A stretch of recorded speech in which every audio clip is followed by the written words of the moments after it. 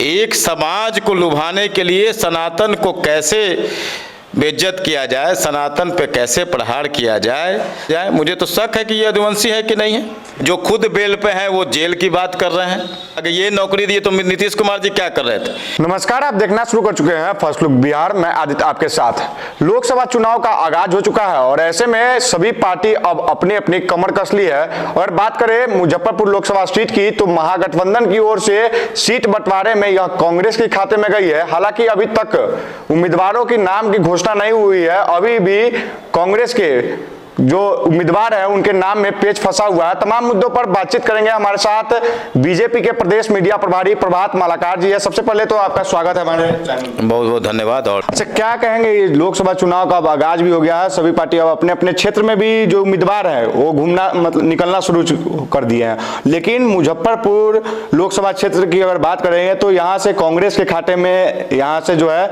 महागठबंधन को सीट दिया गया है। लेकिन अभी तक उम्मीदवारों के नाम की घोषणा नहीं हुआ। क्या वजह लग रहा है? देखिए, देश हो, बिहार हो या मुजफ्फरपुर हो, जनता मोदी की गारंटी पर विश्वास कर रही है। और मोदी की गारंटी के लेकर सामने कौन कैंडिडेट है नहीं है। बिहार की 40 सीट पर और देश के लगभग सभी सीटों पर मोदी जी लड़ रहे हैं। और एनडीए इस बार 40 की 40 सीटें, एक पिछले बार एक कसक रह गई थी कि एक सीट हम कम आए थे, इस बार 40 की 40 सीटें जीतेंगे। और रही बात मुजफ्फरपुर की, तो मुजफ्फरपुर की जनता बहुत ही संवेदनशील और समझदार है। वो यह नहीं चाहेगी जो डूबते हुए नैया में जो आ रहे हैं उनका साथ दे। वो नरेंद्र मोदी को अपना वोट देना चाहेगी, कमल के छाप पर अपना बटन दबाना चाहेगी। और बिहार का जो 40 का 40 माला नरेंद्र मोदी जी के लिए जाए तो एक मुजफ्फरपुर से भी कमल उस माला में लगे, ऐसे मुजफ्फरपुर की जनता की सोच। लेकिन महागठबंधन की ओर से बार बार कहा जा रहा है कि इस बार बिहार से ही जो है नरेंद्र मोदी का रथ रोका जाएगा। मतलब तेजस्वी यादव तो यहाँ तक की कह रहे हैं कि लालू यादव जो कि राम मंदिर के लिए जो रथ निकला था उस रथ को रोके थे, और तेजस्वी यादव मोदी के जो रथ निकला है उस रथ को बिहार में रोकेंगे। राम मंदिर रोकने का जिन्होंने प्रयास किया, आज क्या हश्र हो गया उनका देखिए। आज यही लालू यादव हैं। इस सावन में राहुल गांधी को मटन खिलाते हैं तो पिछले दरवाजे, चोर दरवाजे से सत्ता में बिहार में आए थे, बेदखल हो गए।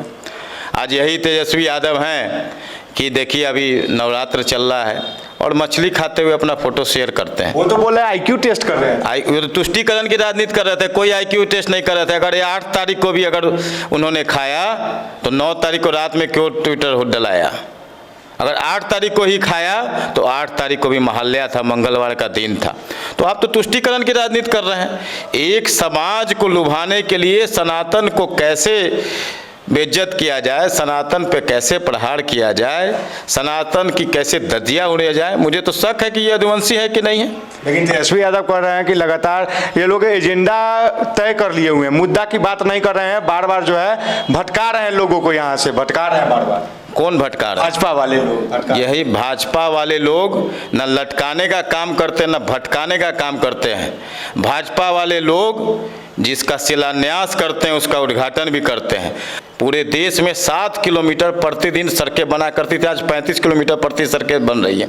2014 के पहले 6 एम्स हुआ करते, 6 एम्स थे, आज 24 एम्स है। 2014 के पहले 74 एयरपोर्ट थे, आज देश में 148 एयरपोर्ट हैं।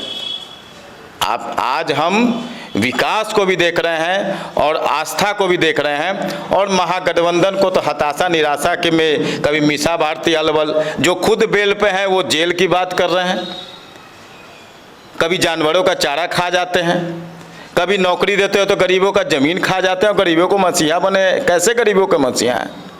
लेकिन और 17 साल बनाम 17 साल की लड़ाई तेजस्वी यादव लगातार कर रहे हैं। नहीं, ये तो कह रहे हैं कि 17 महीने में हमने नौकरी, आगे ये नौकरी दी तो नीतीश कुमार जी क्या कर रहे थे? इनके जो मंत्री थे चंद्रशेखर जी, वो कितने दिन कार्यालय गए? वो तो रामचरितमानस को गाली देने में और पाठ फाड़ने में लगे थे। अगर नौकरी दी तो सिग्नेचर कहाँ है फाइलों पे? और कैबिनेट सिस्टम है, कैबिनेट से कोई भी चीज़ पारित होता है तब जाके कोई चीज़ इम्प्लीमेंट होता है। तो ये तो वही बात हो गई कि किताब किसी का अपना लेवल चिपका दो और उसको लोकार्पण कर दो कि मैंने ये बुक लिखी। तो ये चारा चोर के साथ साथ ये क्रेडिट खोर भी है। कोई बिहार के विकास से, बिहार की जनता से कोई मतलब नहीं है। एक तरफ बहू को घर से बाहर निकाल दे रहे हैं और एक बार और साथ ही जो सिंगापुर आचार्य, रोहिणी आचार्य नहीं सिंगापुर आचार्य को आप लॉन्च कर दे रहे हैं। तो ये कैसा भेदभाव है? अपने घर के बहू को आप बाहर निकाल रहे हैं और बेटी को आप जो है टिकट दे रहे हैं। और एक तरफ देखिए, जब इन्हें मौका मिलता है तो नेता प्रतिपक्ष में कौन हुआ? तो तेजस्वी यादव। विधान परिषद में नेता प्रतिपक्ष हुआ तो राबड़ी देवी। क्या कोई और अन्य नेता नहीं थे? इनके अन्य एमएलसी नहीं थे जो विधान परिषद में नेता प्रतिपक्ष बन सके? तो जब जब इनको मौका मिलता है ये सत्ता की मलाई गटक जाते हैं।